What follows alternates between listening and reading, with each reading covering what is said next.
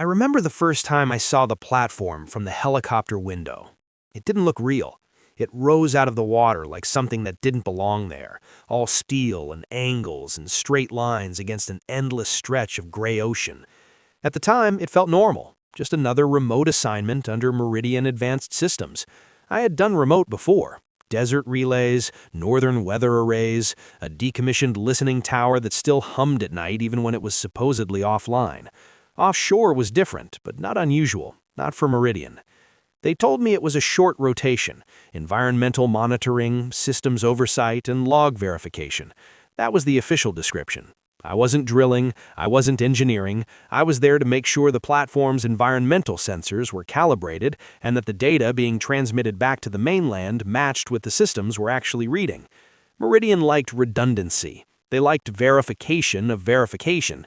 They liked knowing that if something failed, it failed in a way they had already predicted. The platform sat 200 miles from the nearest coastline. No commercial traffic lanes, no nearby rigs, just water and weather.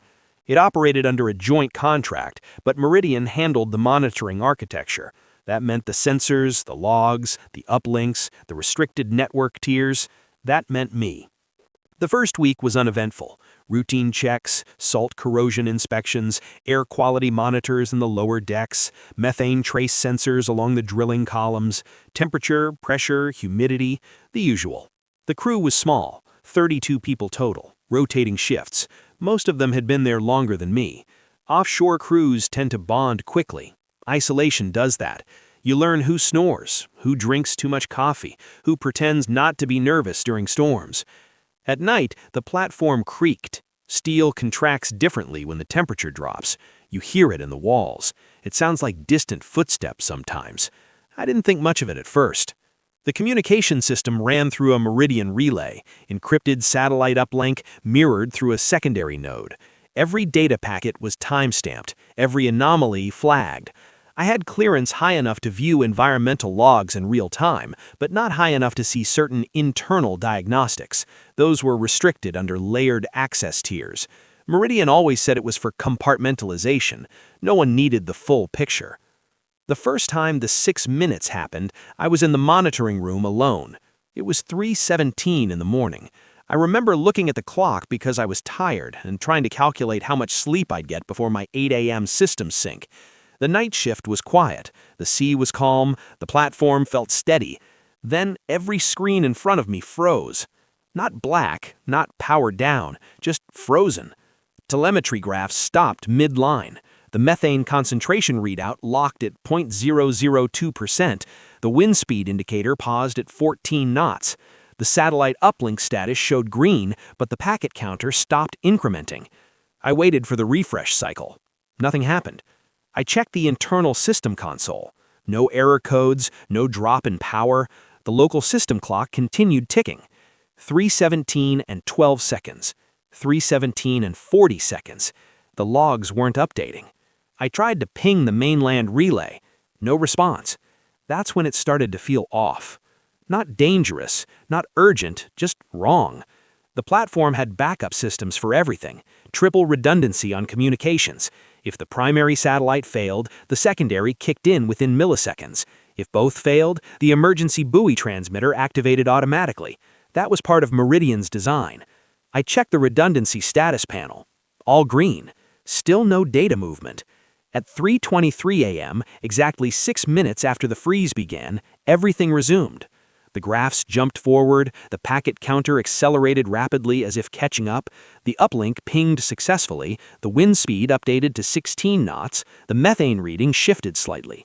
There was no error log, no outage record, nothing in the event buffer. I pulled the internal system logs manually. There was a gap. From 3:17 to 3:22:59. No entries, not even a zero-value placeholder, just absence. I thought maybe I had misread the timestamp. Fatigue does that offshore. The days blur, the nights stretch. So I checked the security cameras. The hallway outside the monitoring room showed me sitting there, looking at the screens. The timestamp on the footage read continuously from 3:16 to 3:24. No interruption. But when I fast-forwarded through the footage during the freeze period, I noticed something strange. I wasn't moving. Not at all. No shifting in my chair, no blinking that I could see, no tapping on the keyboard. Just sitting there. Still. For 6 minutes. I told myself it was a frame rate glitch. I ran a diagnostic on the camera system. No faults. I didn't report it immediately. Offshore crews don't escalate minor anomalies without pattern. Meridian discourages noise. They prefer documented recurrence. I wrote a private note in my own offline journal, not the official log, just something for myself. 0317, 6-minute freeze, no system errors. Review again if repeated. The next day, I asked the communications officer if he had noticed any hiccups in the uplink overnight. He shook his head, said everything looked stable. I didn't mention the camera footage. 3 nights later, it happened again. 3:17 a.m. This time, I was in my quarters, half asleep. I remember waking up without knowing why. The room felt heavy. Not physically heavy, just quiet in a way that didn't feel natural. Offshore platforms are never silent. There's always the hum of generators, the distant thrum of pumps, the subtle vibration of machinery. For a moment, I heard nothing. I looked at the digital clock by my bed. 3:17. The numbers didn't change. I stared at them.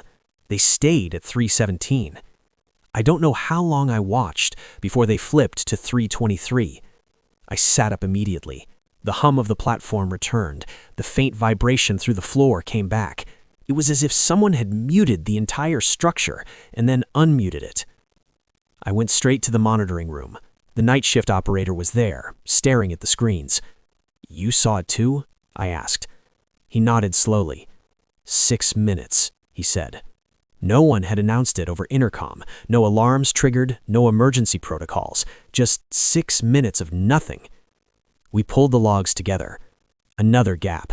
03:17:00 to 3:22:59. Incomplete records. When I tried to access the deeper system layer, the one above my clearance, the access prompt flashed a message I had seen only once before on a different assignment. Restricted under Protocol 7. I didn't like seeing that. Protocol 7 wasn't something people talked about openly. It existed in footnotes, in training modules that skipped details, in the tone supervisors used when they said, "If it reaches that level, it's above your scope." I had never been directly involved in a Protocol 7 activation. Until that moment, I wasn't even sure what constituted one. I sent a quiet inquiry through Meridian's internal channel, marked it as log discrepancy recurring. Nothing dramatic. The response came back 12 hours later. Continue observation, do not escalate externally, maintain standard operations. That was it. No explanation. The third occurrence happened with half the crew awake. A maintenance worker in the lower deck reported that his tools stopped vibrating mid-task. He said the drill motor was spinning, but he couldn't feel it. He described it like holding something that looked active but felt inert. Another crew member said he had been mid-sentence in conversation when the other person stopped responding. Just froze, eyes open, standing there. For 6 minutes. When the systems resumed, the conversation continued as if nothing had happened. But the timestamps didn't align. We started comparing personal watches. All of them jumped from 3:17 to 3:23. No drift, no intermediate seconds. It was as if time on the platform had been clipped. I accessed the environmental monitoring buffers again. This time, I noticed something different. During the gap, the sensor arrays didn't record 0. They recorded nothing. Even internal temperature sensors that were hardwired locally had no data points. That shouldn't have been possible. Those systems didn't rely on satellite uplink. They were self-contained. Even if the world outside the platform disappeared, those sensors should have continued logging. I tried exporting the raw data file. It wouldn't open. File header corrupted. When I rechecked the file an hour later, it was intact. The missing 6 minutes replaced by perfectly formatted entries showing stable readings. It was too clean. No fluctuations, no micro variations, just flat, consistent values. I started feeling like someone was correcting the records after the fact. One of the engineers, Daniel, stopped answering messages 2 days after the third event. He had been vocal about the freezes, said it felt like standing inside a paused movie. He joked about it the first time.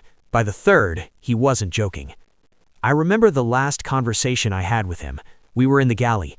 He leaned closer than usual and said, "Have you checked the offshore seismic monitors during the gaps?" I hadn't. Those weren't technically part of my assignment. That night, I tried to access them. Restricted. Protocol 7.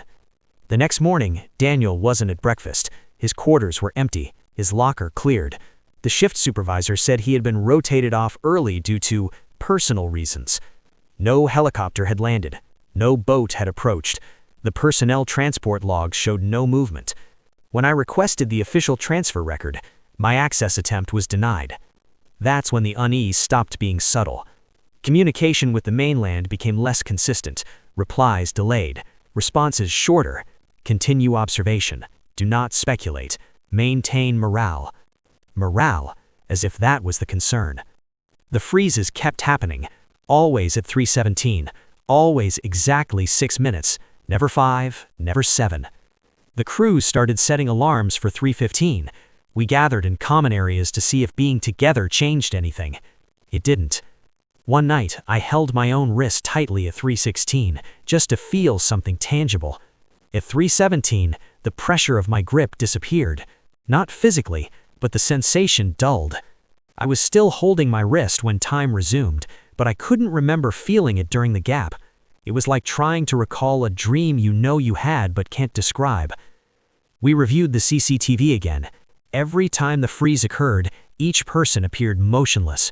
No blinking, no micro movements, just still. Except once. On the fifth occurrence, in one of the corridor cameras, there was movement, not from us.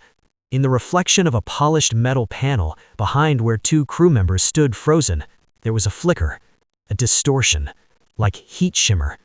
It lasted less than a second when played at normal speed. Frame by frame, it spanned nearly the entire 6-minute gap. I tried to isolate the frames. The file failed to export. When I reopened the footage later, the distortion was gone. Clean, static reflection. I stopped sleeping properly after that. Every night felt like waiting for something I couldn't define. I began keeping handwritten notes instead of digital ones. The digital records couldn't be trusted. At least paper didn't rewrite itself.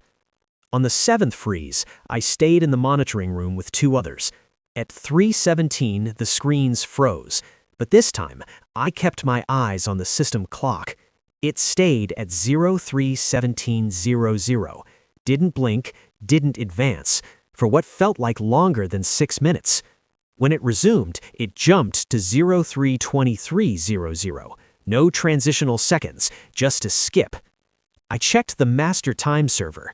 It showed continuous progression, no interruption. The discrepancy shouldn't have been possible. Internal clocks synchronized hourly with the master server. If the master didn't pause, neither should the local displays. Unless something isolated the platform entirely, something that Meridian didn't want in the logs. 2 days later, external communication failed completely during the 3:17 window. Satellite signal strength dropped to 0. The redundancy buoy didn't activate. It was as if the platform wasn't there. At 3:23, signal returned. No error code. The mainland sent a brief message later that morning. Routine maintenance window. At 3:17 in the morning? Offshore? Without notice? No one believed it. I tried to access higher clearance tiers again. Protocol 7. Locked. A week into the pattern, one of the senior technicians approached me quietly. He said he had worked on another Meridian installation years ago, a desert relay. He said they had experienced something similar, not 6 minutes, 4, always at the same time. He said after the 4th recurrence, 3 people were reassigned overnight. He never saw them again. He leaned back in his chair and said, "If they invoke 7, you won't get answers. You'll just get moved." I asked him what 7 actually meant. He shook his head. Compartmentalization beyond recall. That was the closest anyone came to defining it. The next freeze felt different. At 3:17, instead of silence, I heard a low-frequency hum. Not through the speakers, through the floor, through my chest. It wasn't loud, just present. I looked around the monitoring room. The others were frozen. I could move. That's what scared me. I stood up. The screams were paused. The clock was stuck at 3:17. I walked to the door. The hallway beyond was still. Crew members mid-step, a mug suspended mid-fall in the galley doorway, liquid hanging in the air. I remember reaching out to touch it. My fingers met resistance, like pushing into thick gel. I couldn't move it. I don't know how long I stood there. There was no sense of seconds passing. Then I heard something behind me. Footsteps. Soft. Measured. Not hurried. I turned. At the far end of the corridor, where the lighting dimmed slightly near the restricted access stairwell, there was movement. A figure. Not someone I recognized. Standard platform coveralls, walking calmly while everyone else was frozen. I tried to call out. My voice felt distant. The figure didn't respond. It continued walking toward the restricted stairwell door, the one marked with Meridian insignia in clearance badge scanner. The door opened without a badge swipe. The figure stepped inside. The door closed. When time resumed, I was back in my chair in the monitoring room. The clock read 3:23. The others were moving, talking, as if nothing had happened. I checked the corridor camera immediately. During the 6-minute gap, all frames showed stillness. No figure, no movement, just frozen crew. I didn't tell anyone about that one. Not yet. I sent another message to Meridian, this time marked urgent. The reply came faster. Prepare for inspection. They didn't specify when, they didn't specify who. The next evening, a helicopter arrived unannounced. 2 individuals stepped off, not in standard offshore gear. Their badges bore Meridian Advanced Systems, but no departmental identifiers. They requested access to all environmental logs, internal clocks, and security footage. They already had clearance above mine. They reviewed the data silently, occasionally exchanging glances. One of them asked me directly, "During the intervals, do you experience discontinuity?" I hesitated. "Yes," I said. He nodded, as if confirming something. "Do not attempt to interact if mobility occurs again," he added quietly. Mobility. That word stayed with me. They remained on the platform for 3 days. The freezes continued. Always at 3:17. Always 6 minutes. On their second night, I saw one of them standing alone in the corridor at 3:16, watching the clock on his wrist. When the freeze hit, I stayed in the monitoring room. I didn't move. I didn't look for the figure. I kept my eyes forward. But I heard footsteps again. Closer this time, passing the doorway. Slow, deliberate. When time resumed, one of the inspectors was gone. The remaining one didn't address it. He simply packed his equipment the next morning. Before leaving, he told me, "The platform will be recalibrated." Recalibrated. He didn't elaborate. 2 days later, we received notice of phased crew rotation, half the staff reassigned, including me. We were told the platform would undergo environmental systems upgrades. As the helicopter lifted off, I looked down at the structure shrinking beneath us. It looked the same as when I first arrived, stable, ordinary. But I knew what happened at 3:17. After returning to the mainland, I requested access to the offshore logs for documentation purposes. Access denied. Protocol 7. Daniel never contacted me. The senior technician who mentioned the desert relay, his personnel file shows inactive status, no details. Sometimes I wake up at 3:17 now, even on land. My phone clock always reads 3:17 when I open my eyes. It never jumps to 3:23, but there's always that same heavy silence for a few seconds, like something waiting. I don't know what the 6 minutes were. I don't know who the figure was. I don't know what recalibration means. Only I know that Meridian Advanced Systems continues operating remote installations, and somewhere offshore, there's a platform that lost contact for exactly 6 minutes, over and over again. And if Protocol 7 was invoked there, it means someone understood what was happening and chose not to say.